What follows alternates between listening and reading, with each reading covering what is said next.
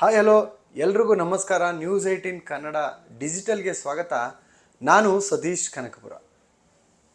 ನಟ ದರ್ಶನ್ ಅವರು ಕೊಲೆ ಆರೋಪದಲ್ಲಿ ಜೈಲಿಗೆ ಹೋದ ನಂತರ ಸಾಕಷ್ಟು ಬೆಳವಣಿಗೆಗಳಾದವು.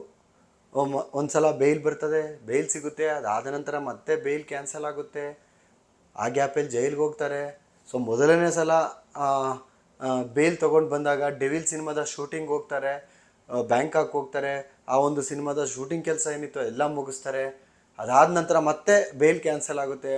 ಆ ಗ್ಯಾಪಲ್ಲಿ ಡೆವಿಲ್ ಸಿನಿಮಾ ಅಂದರೆ ದರ್ಶನ್ ಅವರೇ ಅಭಿನಯಿಸಿರುವಂತಹ ಒಂದು ಸಿನಿಮಾ ರಿಲೀಸ್ ಆಗುತ್ತೆ. ಸೊ ಅದಾದ ನಂತರ ಬೇರೆ ಬೇರೆ ಬೆಳವಣಿಗೆಗಳು ಇಲ್ಲಿ ಏನೇನೋ ಆಗುತ್ತೆ.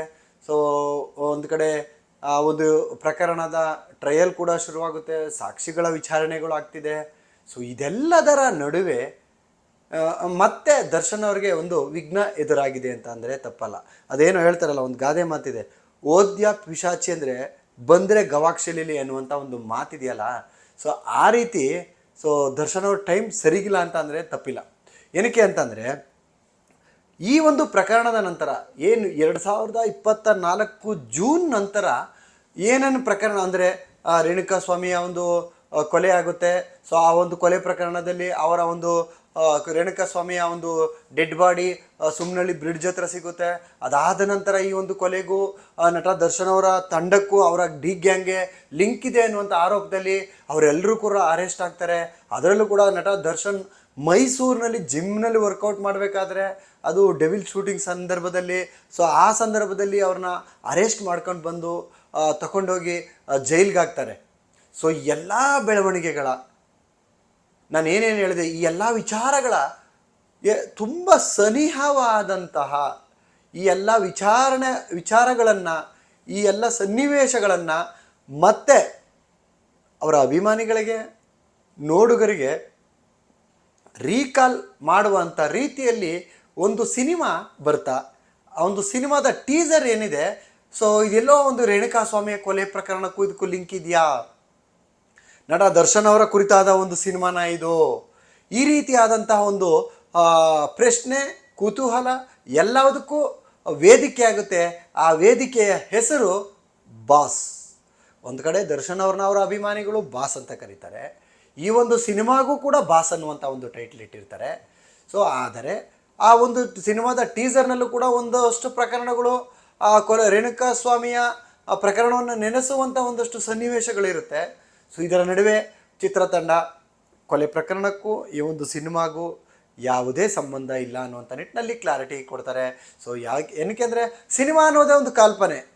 ಆ ಒಂದು ಕಲ್ಪನೆಯ ಲೋಕದಲ್ಲಿ ಯಾರು ಯಾವುದನ್ನು ಬೇಕಾದರೂ ಊಹೆ ಮಾಡಿಕೊಂಡು ಸಿನಿಮಾನ ಮಾಡ್ಬೋದು.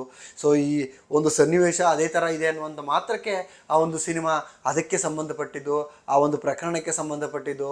ಸೊ ಅವರಿಗೆ ಕತೆ ಸೊ ಹೇಳೋದು ಕೂಡ ತಪ್ಪಾಗುತ್ತೆ. ಏನಕ್ಕೆಂದರೆ ಆ ಒಂದು ಸಿನಿಮಾ ನೋಡಿದ ನಂತರ ಆ ಒಂದು ಸಿನಿಮಾದ ಕಥೆಯನ್ನು ನಾವು ನೋಡಿದ ಮೇಲೆ ಆಗ ನಾವು ಒಂದು ನಿರ್ಧಾರಕ್ಕೆ ಬರುತ್ತೆ.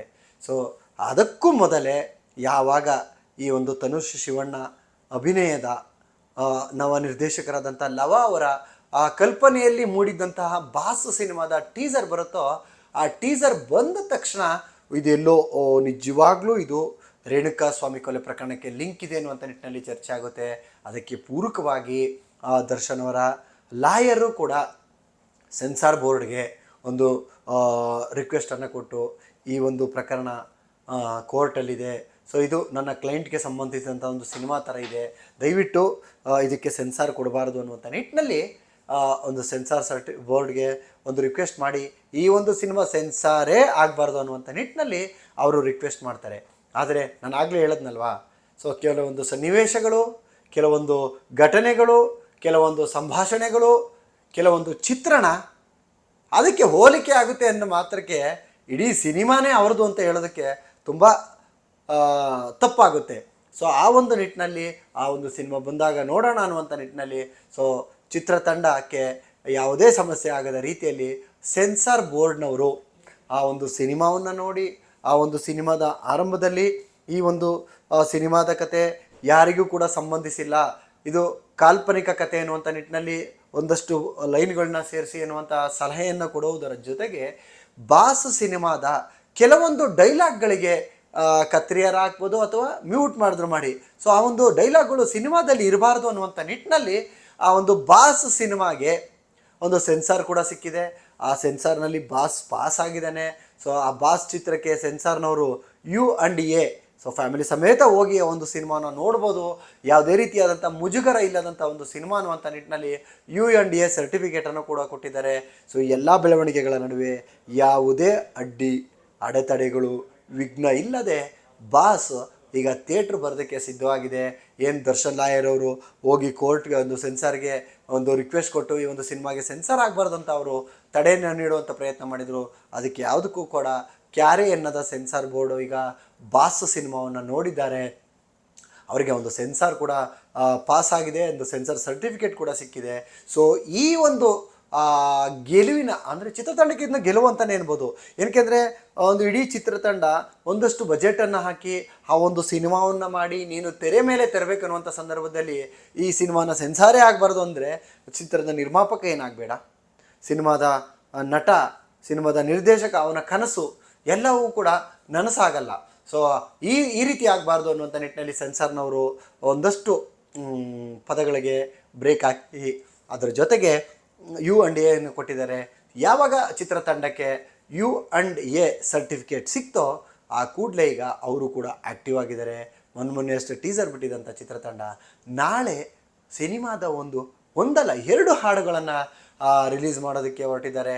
ಒಂದರಲ್ಲೂ ಕೂಡ ಒಂದು ವಿಶೇಷವಾದಂಥ ಹಾಡಂದರೆ ಚಿತ್ರದಲ್ಲಿ ಬರುವಂಥ ನಾಯಕನ ಆತನ ಒಂದು ಹಿನ್ನೆಲೆ, ಆತನ ಒಂದು ಜರ್ನಿಯ ಕುರಿತಾದಂಥ ಒಂದು ಹಾಡನ್ನು ರಿಲೀಸ್ ಮಾಡೋದಕ್ಕೆ ಹೊರಟಿದ್ದಾರೆ. So Tanush Shivanna studios YouTube ಚಾನಲ್ನಲ್ಲಿ ನಾಳೆ ಸಂಜೆ 4 ಗಂಟೆಗೆ ಆ ಒಂದು ಸಾಂಗ್ ಕೂಡ ರಿಲೀಸ್ ಆಗುತ್ತೆ. ಆ ಒಂದು ಸಾಂಗ್ ಬಂದ ನಂತರ ಮತ್ತೆ ಯಾವ ರೀತಿಯಾದಂತಹ ವಿವಾದಗಳಿಗೆ ಮತ್ತು ಯಾವ ರೀತಿಯಾದಂತಹ ಚರ್ಚೆಗಳಿಗೆ ವೇದಿಕೆಯಾಗುತ್ತೋ ಗೊತ್ತಿಲ್ಲ. ಬಟ್ ಆದರೆ ನಾಳೆ ಒಂದು ಕಡೆ ಸೆನ್ಸಾರ್ ಸಿಕ್ಕಿದೆ, ಮತ್ತು ನಾಳೆ ಒಂದು ಕಡೆ ಹಾಡು ಕೂಡ ರಿಲೀಸ್ ಮಾಡ್ತಿದ್ದಾರೆ. ಇದರ ಬೆನ್ನಲ್ಲೇ ಈಗ ಆ ಚಿತ್ರತಂಡವೂ ಕೂಡ ಸೆನ್ಸಾರ್ ಬೋರ್ಡ್ ಸರ್ಟಿಫಿಕೇಟ್ ಸಿಕ್ಕ ಕೂಡಲೇ ಒಂದು ಕಡೆ ಹಾಡು ಬಿಡ್ತಿದ್ದಾರೆ, ಮತ್ತೊಂದು ಕಡೆ ಏಪ್ರಿಲ್ ತಿಂಗಳಿನಲ್ಲಿ ಈ ಒಂದು ಸಿನಿಮಾವನ್ನು ಕೂಡ ರಿಲೀಸ್ ಮಾಡೋದಕ್ಕೆ ಹೊರಟಿದ್ದಾರೆ. ಸೊ ಯಾರು ಏನೇ ಹೇಳಿದ್ರು ಕೂಡ ಈಗ ಬಾಸ್ ಥಿಯೇಟ್ರಿಗೆ ಬರೋದಕ್ಕೆ ಇದ್ದಂತಹ ವಿಘ್ನ ನಿವಾರಣೆ ಆಗಿದ್ದೇನೆ ಅಂತಲೇ ಹೇಳ್ಬೋದು. ಸೊ ಯಾವುದೇ ಅಡೆತಡೆ ಇಲ್ಲದೆ ಈಗ ಒಂದು ಸಿನಿಮಾಗೆ ಬರ್ತಿದ್ದಾರೆ. ಇದರ ನಡುವೆಯೂ ಕೂಡ ಸೆನ್ಸಾರ್ ಬೋರ್ಡ್ನಲ್ಲಿರುವಂತಹ ಕೆಲವು ಏಜೆಂಟ್ಗಳು ಈ ಒಂದು ಚಿತ್ರತಂಡಕ್ಕೆ ತುಂಬ ಸಮಸ್ಯೆಗಳನ್ನು ಮಾಡಿದ್ದಾರೆ. ಸೊ ನಮಗೆ ಸಿನಿಮಾದ ದಾಖಲೆಗಳನ್ನು ಸೆನ್ಸಾರ್ ಬೋರ್ಡ್ನಲ್ಲಿ ಅಧಿಕಾರವನ್ನು ಬಳಸಿ ಅಲ್ಲಿರುವಂಥ ಒಂದಷ್ಟು ದಾಖಲೆಗಳನ್ನು ಕಲೆಕ್ಟ್ ಮಾಡಿ ಯಾರ್ಯಾರಿಗೆ ಕೊಡುವ ಮುಖಾಂತರ ನಮ್ಮ ಸಿನಿಮಾ ತೆರೆ ಮೇಲೆ ಬರದ ರೀತಿಯಲ್ಲಿ ತಡೆಯುವಂಥ ಒಂದು ಪ್ರಯತ್ನವನ್ನು ಮಾಡಿದ್ದಾರೆ. ಸೊ ನನಗೆ ತುಂಬ ಟಾರ್ಚರ್ ಆಗ್ತಿದೆ, ನನಗೆ ಮಾನಸಿಕವಾಗಿ ಕಿರುಕುಳ ಕೊಡ್ತಿದ್ದಾರೆ ಅನ್ನುವಂಥ ಒಂದು ಆರೋಪವನ್ನು ಕೂಡ ಚಿತ್ರದ ನಿರ್ದೇಶಕರಾದಂಥ ಲವ ಅವರು ಮಾಡಿದ್ದಾರೆ. ಇನ್ನು ಈ ಆರೋಪವನ್ನು ಅವರು ನಮ್ಮ ನ್ಯೂಸ್18 ಜೊತೆಲೇ ನಾವು ಕೂಡ ನಾನೇ ಅವರನ್ನು ಪ್ರಯತ್ನ ಮಾಡಿದಂಥ ಸಂದರ್ಭದಲ್ಲಿ ಕಾಲ್ ಮಾಡಿ ಸಿನಿಮಾದ ಒಂದು ಸರ್ಟಿಫಿಕೇಟ್ ಸಿಕ್ಕಿರೋದ್ರ ಬಗ್ಗೆ, ಸೆನ್ಸರ್ ಸರ್ಟಿಫಿಕೇಟ್ ಸಿಕ್ಕಿರೋದ್ರ ಬಗ್ಗೆ ಮಾತಾಡುವಂಥ ಸಂದರ್ಭದಲ್ಲಿ ಅವರು ಕೂಡ ತಮ್ಮ ನೋವನ್ನು ಹೇಳ್ಕೊಂಡಿರುವಂಥದ್ದು. ಸೊ ಇದೆಲ್ಲಕ್ಕೂ ಕೂಡ ನಾಳೆ ನಾನು ಉತ್ತರ ಕೊಡ್ತೀನಿ ಅನ್ನುವಂಥ ನಿಟ್ಟಿನಲ್ಲಿ ಹೇಳಿದ್ದಾರೆ. ಯಾರ್ಯಾರು ಈ ಒಂದು ಸಿನಿಮಾದ ಅಡ್ಡವಾಗಿ ನಿಂತಿದ್ರು, ಈ ಒಂದು ಸಿನಿಮಾ ರಿಲೀಸೇ ಆಗಬಾರ್ದು ಅನ್ನುವಂಥ ನಿಂತಿದ್ರು. ಏನಕ್ಕೆಂದರೆ ಈ ಒಂದು ಸಿನಿಮಾಗೂ ರೇಣುಕಾಸ್ವಾಮಿ ಕೊಲೆ ಪ್ರಕರಣಕ್ಕೂ ಸಂಬಂಧ ಇಲ್ಲ ಅನ್ನುವಂಥ ನಿಟ್ಟಿನಲ್ಲಿ ನಿರ್ದೇಶಕರು ಹೀಗೆ ಹೇಳ್ತಿದ್ದಾರೆ. ಸೊ ಇನ್ನು ಈ ಸಿನಿಮಾ ರಿಲೀಸ್ ಬಂದಾಗ ಅದು ಅವರಿಗೆ ಸೇರಿದ್ದ ಇಲ್ವಾ ಅನ್ನುವಂಥದ್ದು ಅದು ಅವ್ರು ಏನೇ ಸುಳ್ಳು ಹೇಳಿದ್ರು ಗೊತ್ತಾಗುತ್ತೆ. ಇದರ ಬೆನ್ನಲ್ಲಿ ಅವರು ಈಗ ಈ ಸಿನಿಮಾ ಅವರಿಗೆ ಸಂಬಂಧಿಸಿದಲ್ಲ ಅಂತ ಹೇಳಿದ ಮೇಲೆ ಕೂಡ ಯಾಕೆ ಈ ರೀತಿಯಾದಂಥ ಟಾರ್ಚರ್ ಕೊಡ್ತಿದ್ದಾರೆ, ನಾನು ಈ ಒಂದು ಸಿನಿಮಾನ ರಿಲೀಸ್ ಮಾಡ್ತೀನಿ ಅನ್ನುವಂಥ ನಿಟ್ಟಿನಲ್ಲಿ ನಿರ್ದೇಶಕರಾದಂಥ ಲವ ಅವರೀಗ ಎಲ್ಲ ರೀತಿಯಾದಂಥ ಒಂದು ಸಿದ್ಧತೆಯನ್ನು ಮಾಡ್ಕೊಂಡಿದ್ದಾರೆ. ಇನ್ನು ನಾಳೆ ಪ್ರಮೋದ್ ಮರುವಂತೆ ಅವರು ಬರೆದಿರುವಂಥ ಹಾಡನ್ನು ನಮ್ಮ ನವೀನ್ ಸಜ್ಜು ಅವರು ಹಾಡಿದ್ದಾರೆ. ಈ ಒಂದು ಹಾಡು ಆ ಸಿನಿಮಾದಲ್ಲಿ ಪ್ರಮುಖ ಮತ್ತು ಹೊರಗಡೆ ಚರ್ಚೆ ಆಗ್ತಿದೆಯಲ್ಲ ಅದಕ್ಕೂ ಕೂಡ ಪ್ರಮುಖವಾದಂಥ ಒಂದು ದಾಖಲೆ ಆಗ್ಬೋದು ಅನ್ನುವಂಥ ನಿಟ್ಟಿನಲ್ಲಿ ಈಗ ಚರ್ಚೆ ಆಗ್ತಿದೆ. ಈ ಎಲ್ಲ ಚರ್ಚೆಗಳಿಗೂ ಕೂಡ ನಾಳೆ ಉತ್ತರ ಸಿಗುತ್ತೆ. ಅದಾದ ನಂತರ ಈ ಒಂದು ಸಿನಿಮಾ ಬಾಸ್ ಸಿನಿಮಾ ಏನು, ದರ್ಶನ್ ಅವ್ರಿಗೆ ಸಂಬಂಧಿಸಿದಂಥ ಅಥವಾ ರೇಣುಕಾಸ್ವಾಮಿ ಕೊಲೆ ಪ್ರಕರಣಕ್ಕೆ ಸಂಬಂಧಿಸಿದ್ದ, ಅಲ್ಲಿ ಬರುವಂಥ ಪ್ರಕರಣಗಳು ಯಾವಿದೆ, ಅಲ್ಲಿ ಬರುವಂಥ ಕ್ಯಾರೆಕ್ಟರ್ಗಳು, ಒಂದು ದರ್ಶನಿಂದ ಹಿಡಿದು ಏನು 17 ಜನ ಇದ್ದಾರೆ ಆ ಕೊಲೆ ಪ್ರಕರಣದಲ್ಲಿ, ಆ 17 ಜನರು ಯಾರ್ಯಾರು ಇದ್ದಾರೆ, ಇನ್ನು ರೇಣುಕಾಸ್ವಾಮಿ ಪಾತ್ರದಲ್ಲಿ ಯಾರು ಮಾಡಿದ್ದಾರೆ, ಇದೇನಾರ ಒಂದು ವೇಳೆ ಆ ಒಂದು ಪ್ರಕರಣಕ್ಕೆ ಸಂಬಂಧಿಸಿದ್ದೇ ಆದರೆ ಇದೆಲ್ಲದಕ್ಕೂ ಕೂಡ ಉತ್ತರ ಸಿಗೋದು ಏಪ್ರಿಲ್ನಲ್ಲಿ ಈ ಒಂದು ಸಿನಿಮಾನ ರಿಲೀಸ್ ಮಾಡ್ತೀನಿ ಅಂತ ಹೇಳಿದ್ದಾರೆ ನಿರ್ದೇಶಕರು. ಸೊ ಈ ಒಂದು ಸಿನಿಮಾ ರಿಲೀಸ್ ಆದ ನಂತರ ಈ ಒಂದು ಸಿನಿಮಾ ದರ್ಶನ್ ಅವರಿಗೆ ಸಂಬಂಧಿಸಿದ ಅಲ್ವಾ ಅನ್ನುವಂತಹ ಕ್ಲಾರಿಟಿ ಸಿಗುತ್ತೆ.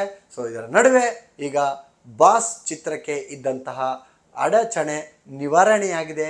ಮುಂದಿನ ತಿಂಗಳು ಸಿನಿಮಾ ಥಿಯೇಟ್ರಿಗೆ ಬಂದೇ ಬರುತ್ತೆ. ಸೊ ಈ ಒಂದು ಸಿನಿಮಾ ಬಂದ ನಂತರ ಈ ಎಲ್ಲ ಪ್ರಶ್ನೆಗಳಿಗೂ ಉತ್ತರ ಸಿಗುತ್ತೆ. ಇದು ಇವತ್ತಿನ ನಮ್ಮ ನ್ಯೂಸ್18 ಕನ್ನಡದ ಡಿಜಿಟಲ್ ಕಂಟೆಂಟ್ ಆಗಿತ್ತು. ನಾಳೆ ಕೂಡ ಇದೇ ರೀತಿಯಾದಂಥ ವಿಚಾರದಲ್ಲಿ ನ್ಯೂಸ್18 ಕನ್ನಡದ ಡಿಜಿಟಲ್ ಲೈವ್ನಲ್ಲಿ ನಾನು ಕಾಣಿಸ್ತೀನಿ. ಅಲ್ಲಿ ತನಕ ನೋಡ್ತಾ ಇರಿ ನ್ಯೂಸ್18 ಕನ್ನಡ. ಜಾಲ ನಮ್ಮದು, ಬಲ ನಿಮ್ಮದು. ನಿರ್ಭೀತ, ನಿಷ್ಪಕ್ಷಪಾತ, ವಿಶ್ವಾಸಾರ್ಹ ಸುದ್ದಿಗಳಿಗೆ ಮತ್ತೊಂದು ಹೆಸರಾಗಿರೋ ನ್ಯೂಸ್18 ಕನ್ನಡ ಈಗ ಆಪ್ನಲ್ಲೂ ಲಭ್ಯ ಇದೆ. ದಯವಿಟ್ಟು ಇಲ್ಲಿರೋ QR ಕೋಡ್ ಅನ್ನ ಸ್ಕ್ಯಾನ್ ಮಾಡಿಕೊಂಡು ಆಪ್ ಡೌನ್ಲೋಡ್ ಮಾಡೋದಕ್ಕೆ ಮರಿಬೇಡಿ. ನಿಮ್ಮ ಬೆಂಬಲ ಹೀಗೆ ಸದಾ ನಮ್ಮೊಂದಿಗಿರಲಿ. ಧನ್ಯವಾದ.